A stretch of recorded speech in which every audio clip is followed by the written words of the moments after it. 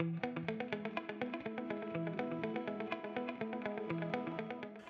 coming from a slightly different point of view from Marcus. I'm looking more at the cyclist and some of the problems, but then what you have to do, what we can best describe as the best thing for you to do. So we're going to look at road safety for cyclists. I'm sure that's why you've all come here. My name's Gordon McHugh. I'll just tell you a little bit about myself and why I'm talking about motorbikes and cycling as well. I became an observer with RoSPA in 2002. I was after following one of these very good policemen and thinking, I like what he's doing. He said, I'll sit at the speed limit, you just follow me. We couldn't keep up with him. We were doing 70 and 80 miles an hour trying to keep up with a policeman doing the speed limit because we didn't see things. And I decided I'd join RoSPA, I'd get advanced riding, join RoSPA, very much like yourself, you know, want to be better motorcyclist. So I did. I retired in 2014. I know I don't look it, but I retired then. And I thought, I've got to do something else other than motorcycling. So I bought myself a bike and decided to start cycling. And then what I really needed was some sort of incentive to get me out there. So I did about a year's training, I call it, in all weathers, and did the London Ride 100, which was fun. It's the only 100 I've ever done. I've done 60s and 70s, but I've never done another 100, and nor will I. Because I wanted to be a better cyclist, I got in touch with British Cycling to find out basically what, you know, we're talking about here today. How can I be a better cyclist? You know, how can I train? How can I do this? How can I do that? So one of the things that I decided, one of the things that became apparent was they have this thing called the NEG, National Escort Group, where the motorcyclists train and then escort cycle rides. So I joined that. I enjoyed every minute of it. But again, it gave me an insight into what a lot of the cyclists do and what you perhaps you should do and what you shouldn't do and what makes you unhappy. And I did the Ladies Tour of Scotland and the Tour of Yorkshire in 2019. Both of those were a big eye-opener because that's you've moved up to an extra level. I'm going to just go back on the cycling statistics that Marcus covered. 100 deaths a year, that's a lot. 6% of all road deaths. Interestingly enough, 33% of deaths at roundabouts. Now, I would suggest that there's two things there. First of all, how many cyclists practice roundabouts and how many car drivers are even aware of cyclists on a roundabout. So there's got to be a couple of things there. 45% of deaths at junctions. So again, that's where you've got to be very careful. And a car travelling at 30 miles an hour, you've got a 20% chance of dying. So it's not a big chance. And that's dying. If you're unlucky, you're going to live and you're going to be very badly injured. So it doesn't have to be a fast road. And the cars themselves, you know, don't have to be travelling that quick to do a lot of damage to cyclists. So you have to ask yourself, is this okay? Are we happy with these statistics? Because as far as I'm concerned, I wouldn't be. I'm not when I go cycling on the road. So we've got to have a look at why these happen. I'm going to use this picture. This was just the other side of Worcester. It was a club race. I hope none of you are in that picture. And I'm going to use this to just look at a couple of reasons that things go wrong. One of them is that on the next lap, my colleague parked himself where I'm parked. On the car that came up to the junction, decided he wasn't going to stop. So he came through the other side of the road. Yeah, because we as NEG have no powers to stop traffic. We just get in the way and stop them. But we've no powers. So this guy pulls out, gets into a gap. So we've now got a group of cyclists at the front, about 6 of them, and then the peloton behind. So of course the group of cyclists slow the car down. The peloton speeds up and catches the car. So we've now got something like 80 or 90 cyclists around the car. And Muggins here and my mates have got to get that car the hell out of there. So it's a case of getting up alongside them and sort of pointing them into laybys and slowing them down and trying to get rid of them, because it is a really dangerous situation, you know, where they are. However, when we asked the cyclists about it, this is what they said to us. Drivers has no respect or empathy for us. They just don't have any respect or empathy for us. They don't know what we're doing. They don't know how hard it is. They don't know anything about cycling. However, I've got something else I want to talk about. This is not a closed road. These people were told at the beginning in the briefing to stay on their own side of the road. This is a blind bend. Look at the number of them on the other side of the road. If a car comes up here, they're dead because they've nowhere to go. Right? They can't get back into their side of the road because of their other colleagues are there. So there's two sides to every story. And unfortunately, I keep saying it, if something happens, it's a 1 in a million chance that it happens. But as a motorcyclist, I die. As a cyclist, you die. So let's try giving ourselves some fun. But you have to ask yourself, you know, who's doing the right thing and who's not doing the right thing. And if you're out cycling, you need to make sure you're doing the right thing. And for Christ's sake, don't be on the other side of the road when there's, you know, when there's no reason to be. This is the first lap of, I think, a 6-lap race. What's the rush? Right, I'm being a bit naughty here, so you can maybe cut this out the video. But I'm using GCN. When I first started cycling, GCN, I think, hadn't long started up. And I've found quite a lot of stuff on there. This is a little bit of a very small, a very small bit of a bigger video. If you get the chance, go and look at this, because this is fantastic. With no volume. In this video, I'm going to explain how. Who do you think poses a greater risk? Why have I no volume? Cars or bikes? Bikes. Bikes. Bikes, I think. Oh, I think bikes. And what if I said that cars kill 500 pedestrians a year and bikes kill 2? I would say that those cars are often killing people because bikes are forcing them over the What chance have you got? Of people, and more than half said exactly that. Why? Right. This goes on to explain that for 100 years, all the infrastructure has been built for cars. Okay? Oh, sorry. Wasn't meant to go to that one. All the infrastructure has been built for cars. There hasn't been anything built for us for years and years and years and years. So they've built the infrastructure for cars to such an extent that everybody, including people who don't drive cars, believe that the cars are right. If you go and look at that video, honestly, some of the things that are said in it, it's just mind-blowing. It's just, I don't understand how we got there.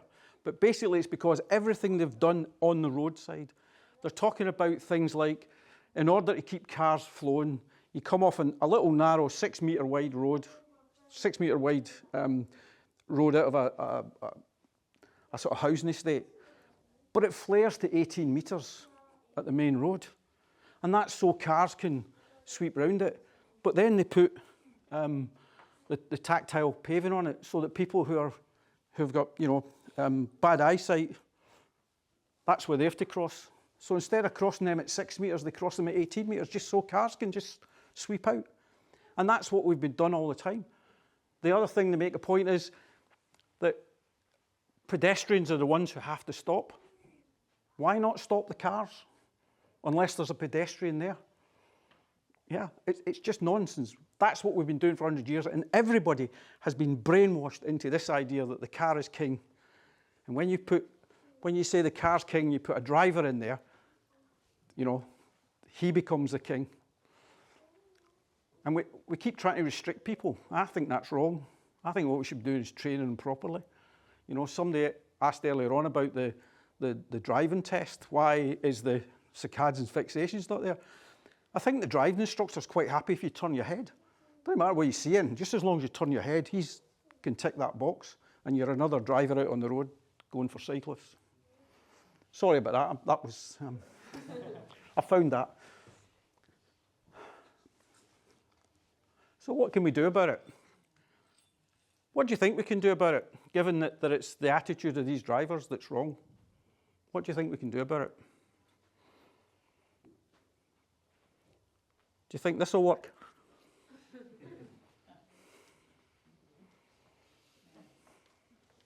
I really don't think so. So what we've got to do is we've got to decide what we need to do. But I had a look on the internet and I found some of these things. 1,000 drivers were asked if they think that their driving's improved by doing games. And almost half of them believe that playing games makes them a better driver. So you've got to be careful about, what people say and what they think is good about them. 45% of people consider themselves a very safe driver, and 55% think they drive safely most of the time. Now think about it. That's 100% of drivers on the road think they drive safely at least most of the time. Why are we all dying? Yeah, between the motorcyclists and the cyclists, we're talking about 700-800 people every year, and nothing gets done about it. 1 in 5 think there are more unsafe drivers than safe drivers, but nobody that was asked consider themselves an unsafe driver. So in other words, it's nonsense. And this is all because of what was said earlier. I said earlier on about, for 100 years, drivers have been made the king. Everybody accepts it. And the other thing that comes up in the video is that it doesn't matter whether they're drivers or non-drivers. Everybody thinks that the driver's a king. Even to the extent that when they asked them questions, they asked a question that said, if you leave your car on the side of the road and it gets stolen, do you think the police, so you agree or disagree, that the police should get involved? Nearly 100% of the people said the police should get involved. They then asked the same question, but they took out the motoring bits of it and said, if you left some of your belongings on the side of the road and they were stolen, should the police get involved? Nobody. About 80% of people said no. It's just nuts, isn't it? Because it's property, it's getting stolen. Surely the police should get involved. And this is the one that really, 17% of people that were asked believe that cyclists shouldn't be banned or should be banned on the roads. So what chance have you got when you've got these 17% of these people driving behind you on the roads?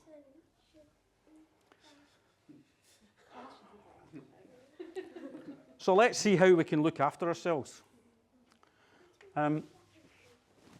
This thing called hierarchy of safety, which you gave me the title for, Michael, thank you.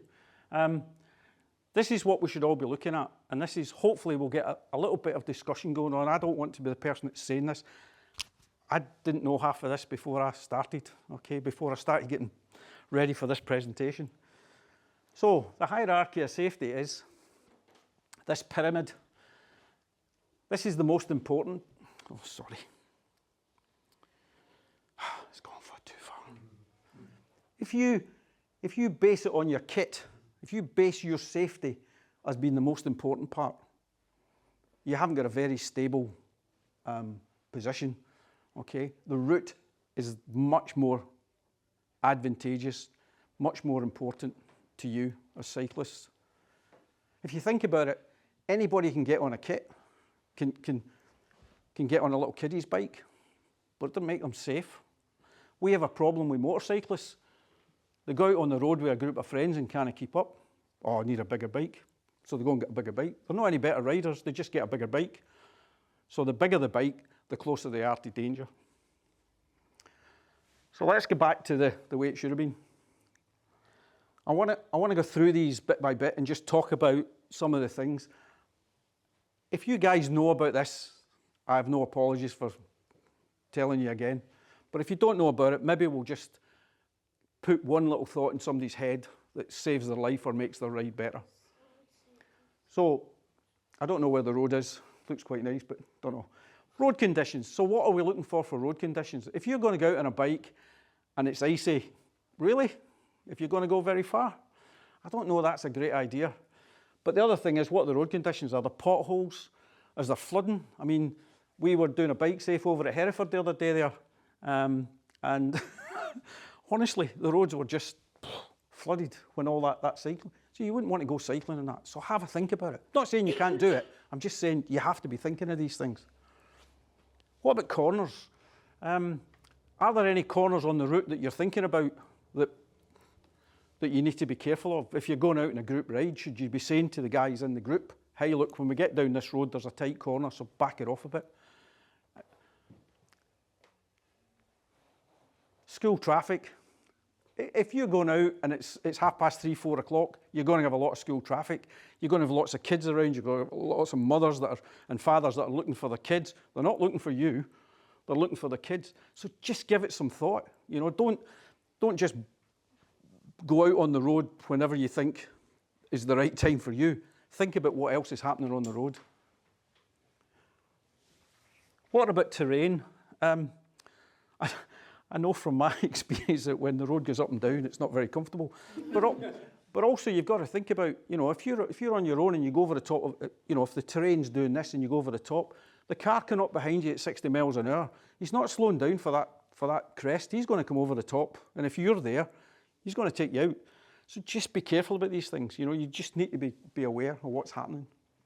Road furniture. One of the things that I find rather strange is that one of the big issues that people have in cities, and I had this when I was doing the NEG stuff, we did there was a sportif, a 2-day sportif that left from northeast London, went all the way around to Windsor, stayed the night at Windsor, and then went round the next one. I can't remember what it's called, Ride Round London or something, I can't remember. But one of the things that happened was the motorcyclists, we're on 1,000cc motorcycles. We couldn't keep up with the cyclists going through London. Why? Because they didn't stop at red lights. They didn't stop at pedestrian crossings. They just kept going. And we couldn't keep up with them. And you know, and you're talking about, I think there was 150 cyclists on that day. We couldn't keep up with them to escort them to try and usher them through because they just didn't listen. But there was so much road furniture that we couldn't get past, you know, we couldn't do it. So road furniture, is there anywhere where the road is narrowed because of the road furniture?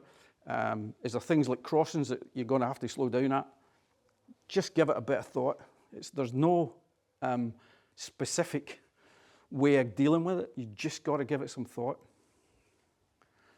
What about bike paths?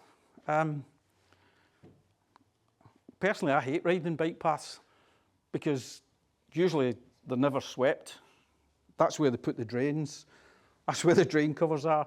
So, you know, but if there are bike paths and they're usable, then use them because they're safer if they're in good condition. That's my impression. You might be different. So give things like that a thought. What about the time of day or year? I've been out in the motorbike where I've had to ride round a corner from memory because I can't see the corner. I can only see it. Then the sun hits you. And then, I remember it going to the right, so you go to the right. But you have to remember it from the other side. If you're riding in that direction and your shadow's out in front of you, what's the motorist going to see when he gets up to the junction and looks behind, looks towards you? He's going to see nothing. But a big part of that is that you're not going to see potholes. You're not going to see junctions. So there's a whole lot of things to think about. Just think about the time of day of year. If it's this time of year, we've had pretty decent weather. But it wouldn't take much to get to the stage where I wouldn't want to cycle safely, you know, another few weeks and maybe the ice starts, so you need to think about where you're going. Distance. Oh, this is a big thing for me. On one of the only occasions that I've cycled with a big group of people, they said to me, "Oh, it's not very far. No, we'll just head out." We headed out. Halfway through it, I didn't know how I was going to get back. I was so knackered. So you've got to think about that, especially if you're in a group or even if you're on your own. Think about the distance you're going to cycle. Do you really have to do that 50 miles when 40 would have done or 30 would have done? Yeah, so just be careful about the distance. There's also the other problem that if you travel out further, you get tireder. You start to think about getting home for your meal rather than thinking about what's up the road. Junctions, are there any bad junctions on the route? Is there a way you can avoid them? You know, can you turn down that road and come back onto the main road after the junction if it's a bad junction? And that's really important, coffee and cakes, yeah? Because if there are coffee and cakes somewhere, it means that at least the group can split up and they all know that they're going to arrive at that point. But also it's just nice, isn't it? Just nice to go and have coffee and cakes. We go out on motorbikes and do 100 miles as long as there's coffee and cake at the end of it. And then we do 100 miles back. But if you're out and you can do that, you're in a group, it's a really great thing to do. It makes the ride much more enjoyable. It also gives you just a bit of a rest.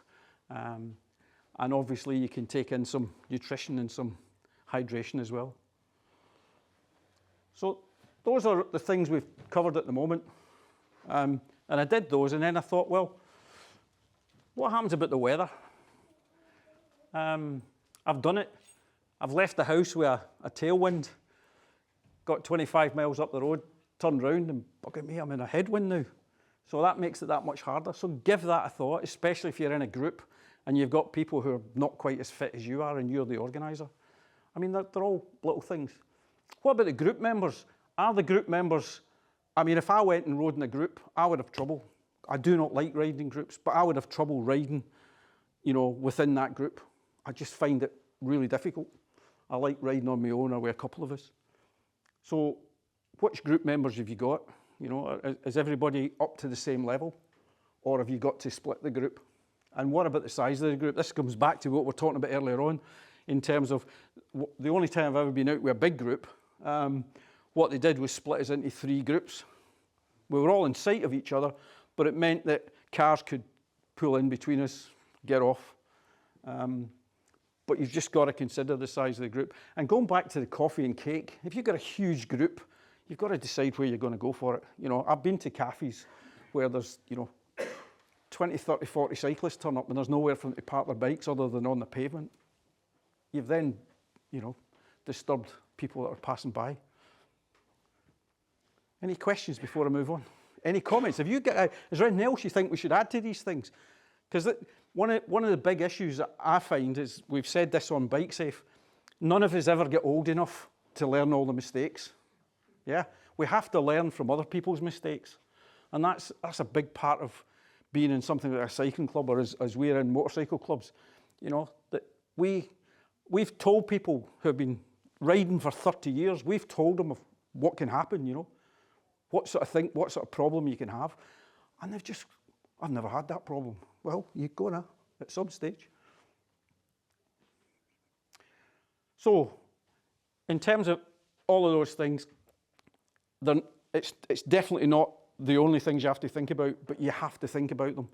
And if there's anything else that you think is important, you have to consider it in terms of the dangers. So the next thing to look at is skills. And this is something that we find quite a lot when we're talking to motorcyclists. People pass a test. When I passed my test on my motorbike, right, this is dead, honestly serious. The guy stood me on the side of the road and he said, I want you to get down there, turn right, take the second right, go along there, take the next right, you come back to here. I went down the corner, down the road, turned right. At the second right, I fell off, picked the bike up, got back on the bike, came back round, and he stopped me. He says, how'd you go on? I said, fine. Pass. So what right does that give me to now come and ride big, fast motorbikes? It doesn't. And I think some of that's the same way cyclists, you know. My granddaughter has done her cycling proficiency, or whatever they call it. She did it last year. But there's a lot of things that she's not aware of, you know.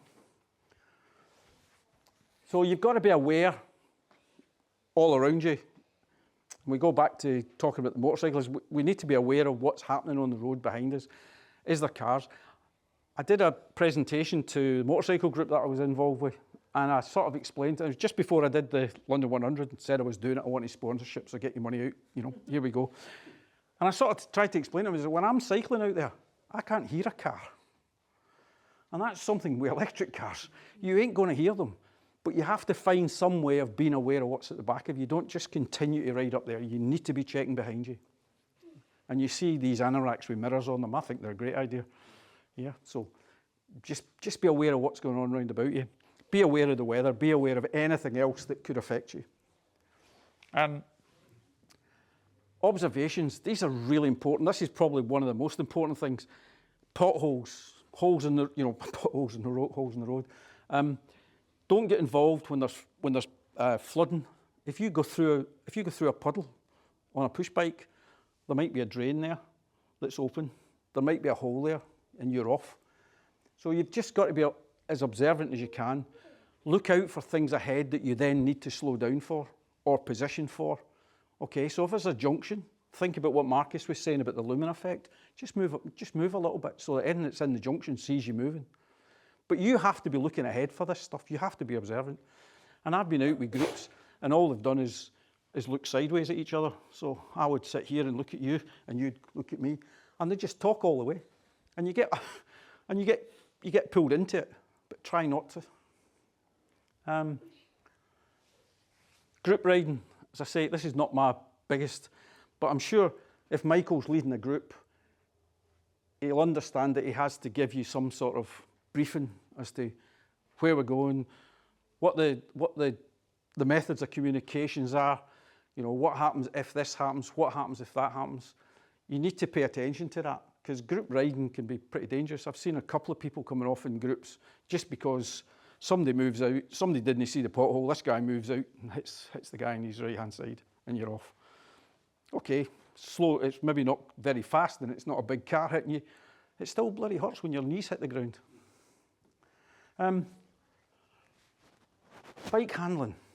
Again, if you're in conditions where you need some decent bike handling, if there's corners, switchbacks or anything like that, is your bike handling up to it? Are the people that are riding with you, is their bike handling up to it? Is that something that, as a group, would you ever consider doing a half day's training? Would you ever consider talking to people about that? Just little things like, which brake do you use when you want to slow down quickly? Which gear do you use? You know, do you use the big ring, little ring? So that sort of bike handling thing is quite important. And if you watch some people, there's bikes all over the place just because they're having to pedal hard. So you've just got to be careful on these things. Communications. I mean communications within the group. So you need to know what's going on. But even communications with other road users, you know. So as Marcus said, going around a roundabout, you have to think about giving signals. You have to be absolutely obvious what you're going to do. There's no sense in just being on your own and cycling up the road, because a car's going to take you out, something else is going to take you out. So please be careful. Communications are important. And the last thing's fitness. If you're fit, that's great. If you don't think you're that fit, if you took Marcus out and, you know, did a 40 or 50 miler up and down hills, exactly, you wouldn't. But you have to consider that for everybody. And what about your own fitness? You know, I've done some silly things. I had a bit of a cold once and decided I was going to go out and do, I think it was 40 miles or something I was doing with a friend.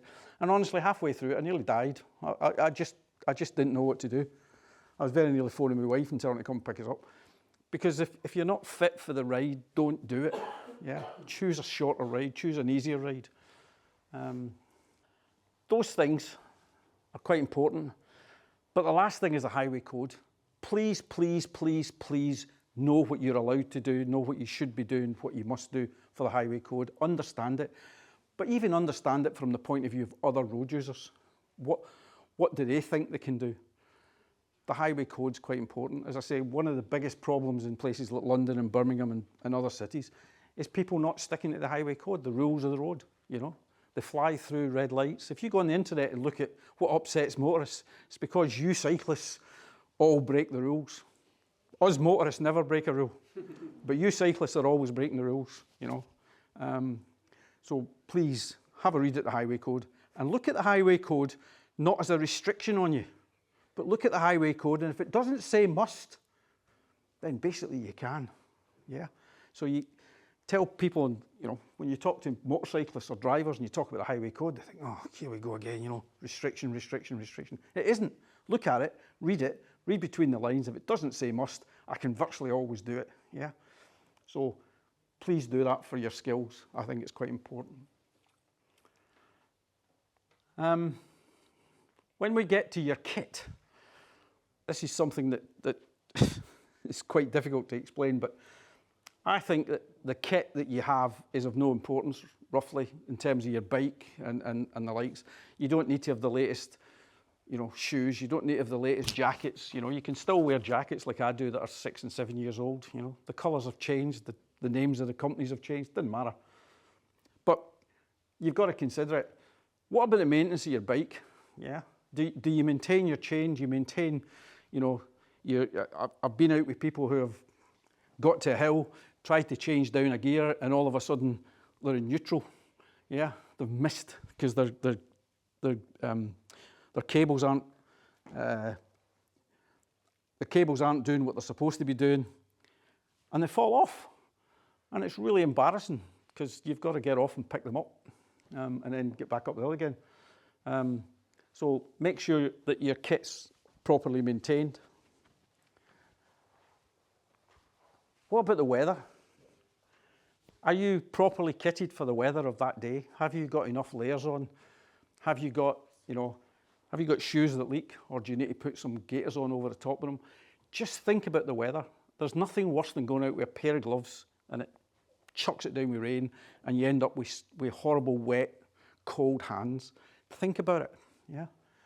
And again, the same idea is, if that way there's sunshine and that way there's rain, which way are you going to go?